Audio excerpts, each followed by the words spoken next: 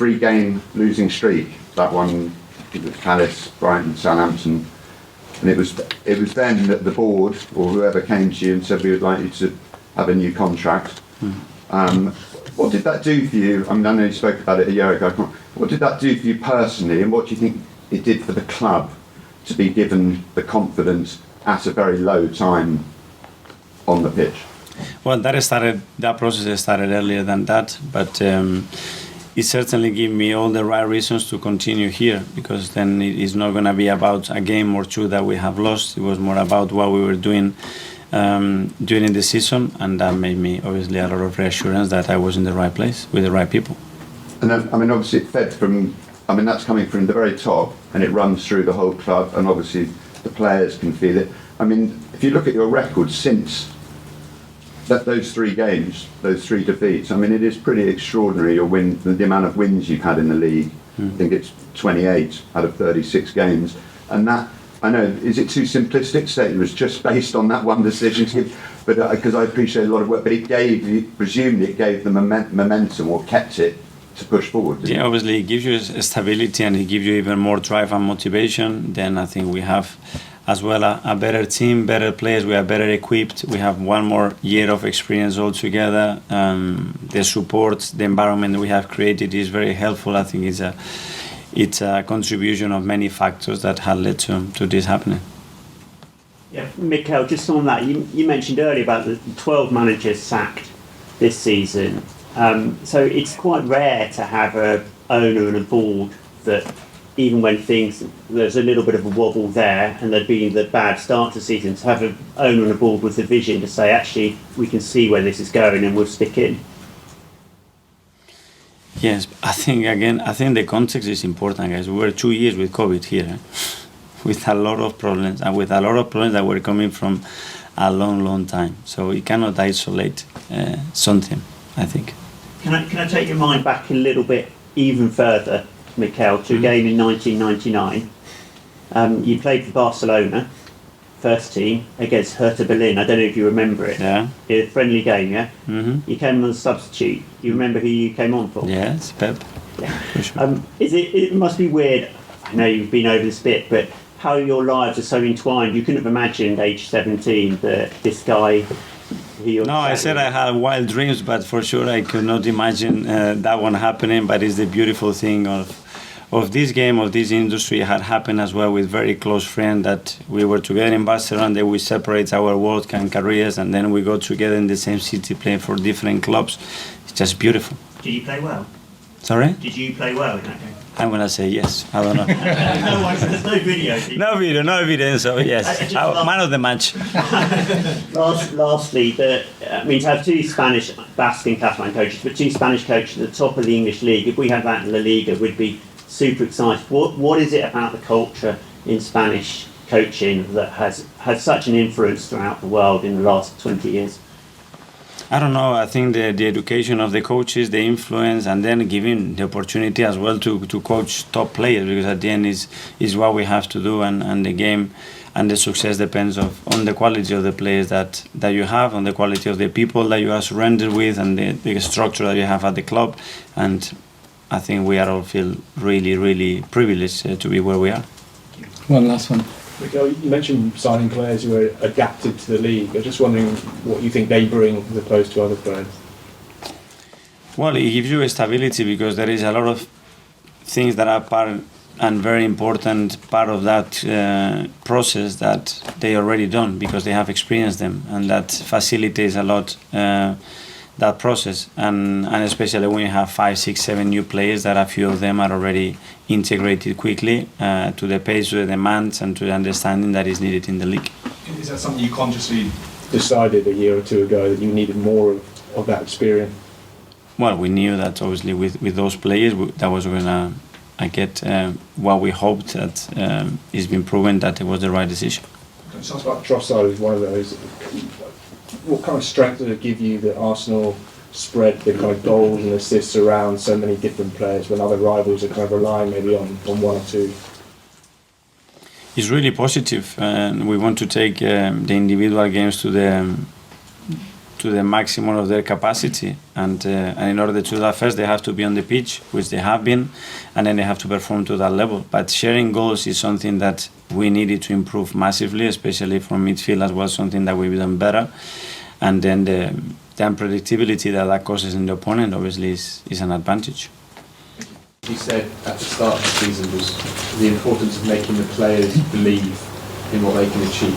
Do you get the sense now that they do believe that they could win this league and they do believe how good they are? I think they do, and if you listen to them and what they've been saying internally and publicly, they certainly do. But it's something that we see signs every single day, and the chemistry that they have, the understanding they have between them, the enjoyment that they have playing with each other, have made as well a really positive contribution in that eagerness, but as well that belief that they can go out there and beat any team, and this is crucial before doing it actually.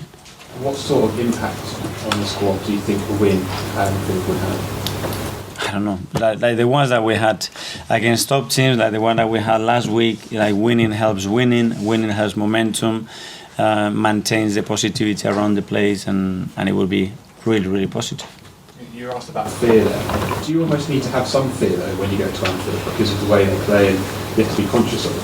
I think you have to respect every opponent, and you have to be very conscious of the strength that they had, and as well you have to be very conscious of the weaknesses that they have, like any other team, to try to punish them. Mikel, given Liverpool's league position at the moment, would you say this is the most competitive Premier League there's been? For me, I've been in this league 20 or 21 years. I've never seen a league like this. Why do you think that is, then? Because the level of managers, the level of organization, the quality of the teams, the individual quality of players, the capacity to change teams, players, formations, it's something that I think nobody has seen before. And you're at the top of that, therefore your players are obviously adapting to it better than anybody else. We are trying to adapt, but it's still a long way to go, and we do want to be the best at that, but we have to show that. Karen? Can you talk about the leadership of the players you signed last summer? Because they're doing exactly what you expected them to, and in this final phase of this season, what you expect from them? The same, nothing different. They've done it in a really natural way, without having to get too much attention, I would say, and with one focus, which is make the teammates around them better, more confident, try to, as much as possible, empower the qualities that they have and do it in the benefits of the team. And that's exactly what they've done and exactly what they're going to continue to do. Okay, that seems obvious, but can you talk about the thought process into signing them last summer? You'd obviously missed out on the Champions League. You looked at what you were going to do in terms of improving the squad. Why then? So what we did last summer? Yeah. Why did you choose Zinchenko, Jesus? It seems obvious for their quality, but what did you feel at that time? Because they had the qualities that, in our opinion, we needed, and we went through, obviously with Edu, with the recruitment, with the board and ownership, to try to capitalize on the things that we believed that were going to take us to the next level. And obviously there were two players that we knew them very, very well, that they were adapted to the league, that they fit in the qualities personally and football brain qualities that we needed for the team. And they have shown that, because as well we had the foundations at the team to be able to absorb those two players and be able to empower the whole team and bring them in. Last one. We've seen up and down the Premier League, 12 managers lose their jobs, lots of panic and carnage and chaos. Did you feel that the stability at Arsenal was a big reason, part of the reason that you agreed to come here, because you knew you would get the support and the backing that you had in a difficult moment? Yeah, but after you have to come in and you have to do a job and you have to be able to transmit and give enough reasons to everybody around it to maintain it. And in order to do that, you have to win enough football matches. It's been brutal, to be honest, and looking at it it's not easy, and I have colleagues, I have friends as well that have their jobs, and I have a lot of sympathy for them, and you know that this job is getting more and more demanding, you know, and there are more and more resources, so the capacity to change is even bigger. So what we can do is enjoy today and do the most out of it. Hopefully managers don't lose the sight as well that the most important thing is the club, because then if you want to start to protect yourself, you can do things for yourself, and I think that we have to be very careful with that, but that's not an issue that we have here. Sorry, Mikel. What did you mean? That hopefully managers don't lose their... Well, if you feel all the time on fear that this can happen, you're going to start to make decisions to protect yourself, you know, and hopefully that's not going to be the case, because the players have to be the main protagonists, and after there's a club and supporters that have to be into account, and hopefully we are not sending that message out there that this can happen, because I think it's a very dangerous message for the industry and especially for the players. Thank you. Yeah. And obviously, a lot's been made of how, I suppose, inexperienced a lot of your players are in these situations, and how important players like Zinchenko and Jesus are. But I just wonder, from your point of view, obviously someone who was there when Man City won titles, what are the biggest lessons that you've taken from these kind of run-ins, and that you feel you can transmit to your squad? Focus on what you do every single day, and focus on your process, focus in the things that you can to control, and then perform at your best. When it comes here, it's individually, what do I do for the team to get the team perform at the highest level, and what is my contribution to that? Whether I play 90 minutes or 1 minute or I don't play at all, every single person has to do that. Are there any examples of players or games that you would use to show that to players from your time? No, obviously I have experienced that, and my summary is that.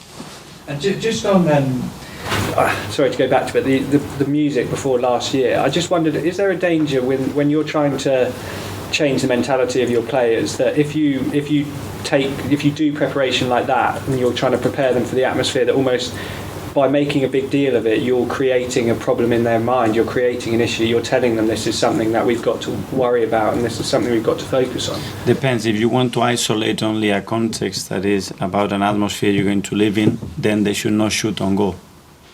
Because if they have to shoot on goal on Sunday, don't shoot on goal on Thursday just in case you miss it. You have to prepare the players, you have to tell them what they're going to be facing, and you have to recognize that. And an error and a mistake becomes after an opportunity to do that and develop yourself. You have to expose yourself. You cannot train the players in the zoo and then go to the jungle on Sunday. It is impossible. People, when they saw it on the documentary and then you lost, and then people were almost sort of laughing about it. Did that bother you? Sorry? When on the documentary that season you played the music and then you went up and lost, and a lot of people were sort of almost laughing and joking about it. Did that annoy you, that people were... I didn't see the documentary. It didn't. You don't mind almost setting yourself up for that sort of thing? No, because then as well people told me, you did that, it's incredible. It's incredible if you win. If you lose, it's terrible. Tomorrow I will play with back six. If we win, a magician. If not, why the hell are you doing that? Why are you changing? It's the result. Is there always that in the back of your mind? No. Can't allow no, because if not, I'm going to think what people think if we. My friend, I do something else. Yeah. I do my best. That's what I can do. The best for the team. And also last season, again, we were talking about the pressure on the managers. There was that spell at the beginning of last season. There was a lot of pressure on you. People, you were the wrong end of the table, and people were talking about maybe changing the coach. Now, how much did the support of the club help you to sort of remain focused on your long-term goals rather than almost going for short-termism? The only thing that we had to do is recover 11 players that we had out and be more efficient, and hope that we're going to start to win football matches, because if not, I wouldn't be sitting here. At the end, you have to win football matches. To do that, you want your best players on the pitch performing at your best, and if you do that, you have a better chance. If not, you'll be in your house.